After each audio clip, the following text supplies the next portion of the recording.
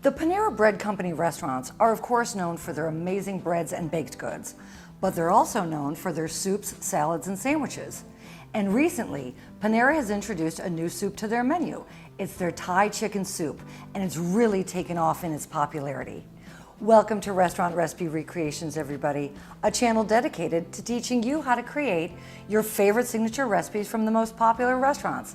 And of course, in this video, I'm going to teach you how to recreate the brand new Thai chicken soup from the Panera Bread Company. How Panera describes their version of a Thai chicken soup is a delicious mix of global flavors featuring chicken, shiitake mushrooms, onion, red bell pepper and carrots, coconut milk, and a yellow curry. But they also add edamame soybeans to their Thai chicken soup, which is quite different than what you'll find in other traditional Thai curried soup recipes. But I think that they're onto something with this because in my opinion, the edamame really does add another layer of texture and flavor, and it makes me wonder why I've never had edamame in any of the other Thai curry soups that I've had before. So then let's just go ahead and get into this because I'm excited to have this Thai chicken soup today for my lunch. But before we do, everybody, I would like to ask that if I'm bringing you value by teaching you how to recreate your favorite recipes from the most popular restaurants, then go ahead and hit that subscribe button for me if you haven't already. If you have, thank you very much.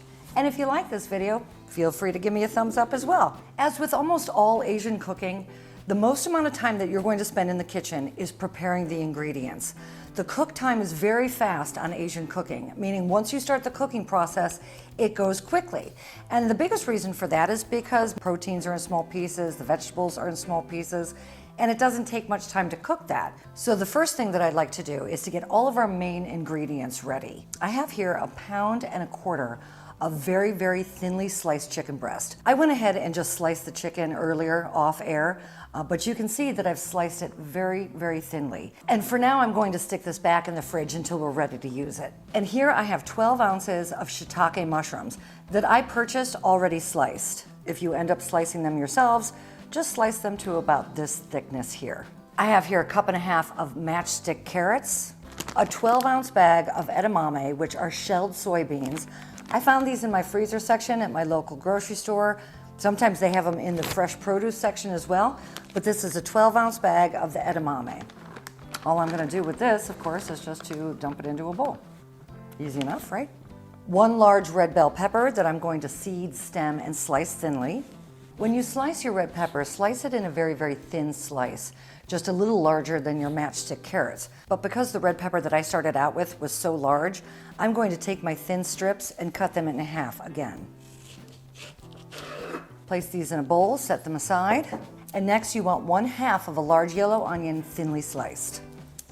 And just as I did with my red bell pepper, I'm going to cut my thin slices of onion in half again.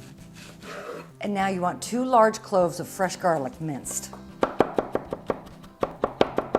So now let's move on to our canned goods and our liquids and get those ready. For liquid, the first thing that you need is 3 cups of chicken stock.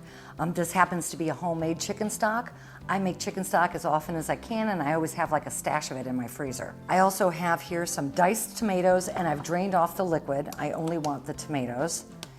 And you'll need 1 full heaping cup of diced tomatoes. You can just stick these in with the chicken stock because they're all going in the same place at the same time. And now open 2 14-ounce cans of unsweetened coconut milk. I always give my coconut milk a little shake before I open it just to mix up all of the milk solids. And now I have here 1 4-ounce can of yellow curry that I purchased from my local Asian market. Of all the Thai curries, yellow curry is the mildest of the curries. It originates from southern Thailand and it has the flavors of cumin, turmeric, coriander, garlic, ginger, lemongrass, and cinnamon. Now that we have all of our proteins and vegetables, our canned and liquid goods ready to go, let's move on to the seasonings and herbs. In a small bowl, start with 4 tablespoons of a premium fish sauce. Next, you want 2 teaspoons of tamari. Tamari is a reduced sodium gluten-free soy sauce. I again got this at my Asian market, but I think that you can find tamari just about anywhere. Next to this mix, add 1 teaspoon of rice vinegar. Not rice cooking wine, but rice vinegar. To this, stir in 1 tablespoon of ginger paste.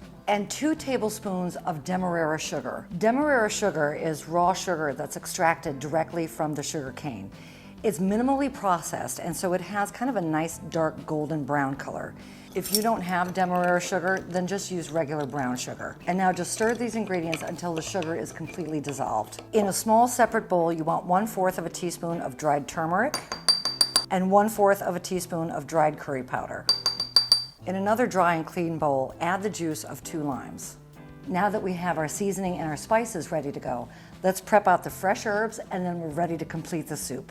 Start with 2 tablespoons of fresh scallion chopped finely, 2 tablespoons of finely chopped fresh cilantro, and finally 2 tablespoons of finely chopped fresh basil. If you have access to Thai basil, then by all means use that. I love Thai basil. You can't always find it, however, and Thai basil has a slightly different flavor than like a traditional Italian basil. And it's a little purple in color too. It's beautiful. And this is obviously what I meant when I said that most of the time spent in the kitchen when you're cooking Asian is in all of the prep work. But now that all your prep work is done, the cooking time for the soup is going to be like that, and you'll be able to enjoy it in no time flat. On a medium-high heat, add 2 tablespoons of avocado oil or vegetable oil. And once your oil comes up to temp, place your chicken into your stock pot. Cook your chicken for about 5 minutes until your chicken is cooked through. Once the chicken is cooked through, add your onions and your garlic. Stir the onions and the garlic until they become slightly softened. Now add your mushrooms. Stir the mushrooms until they become well incorporated, and then add your matchstick carrots and your red pepper. Next, sprinkle in the curry and the turmeric and your 4 ounces of Thai curry. Stir the chicken, onion, carrots, and peppers until they are coated in the curry. Next, add the 3 cups of chicken stock and your canned tomatoes. Stir until all of the curry paste is well incorporated and completely dissolved. Add in your edamame.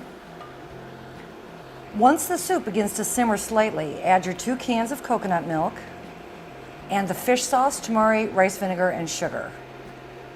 Now finally, add your lime juice and your basil, scallion, and cilantro. Okay, so I'm not gonna lie. This makes a lot, like a lot. But you know what? It's so delicious, and this soup actually freezes really well. And then you've got dinner for another night, and it's like 2 birds with 1 stone. My moment of truth. Oh, delicious. There's a lot of flavor to it, but it's not spicy in the traditional sense of thinking that all curries are spicy. Because as I said, yellow curry is the mildest of all of the curries. So it just has a really great, bright, global flavor. And I think that the edamame in it is kind of an interesting twist as well. Thai food, Italian food, and Mexican food are my favorites. The top of the list. I could eat each one 2 to 3 nights a week. Although there's not that many nights in a week. All right, my friends, I hope you enjoyed this video. I hope you enjoy all of my videos. And until I see you again, make it an awesome, awesome day. Cheers. I love y'all. And for more great recipes from Panera, check out right here.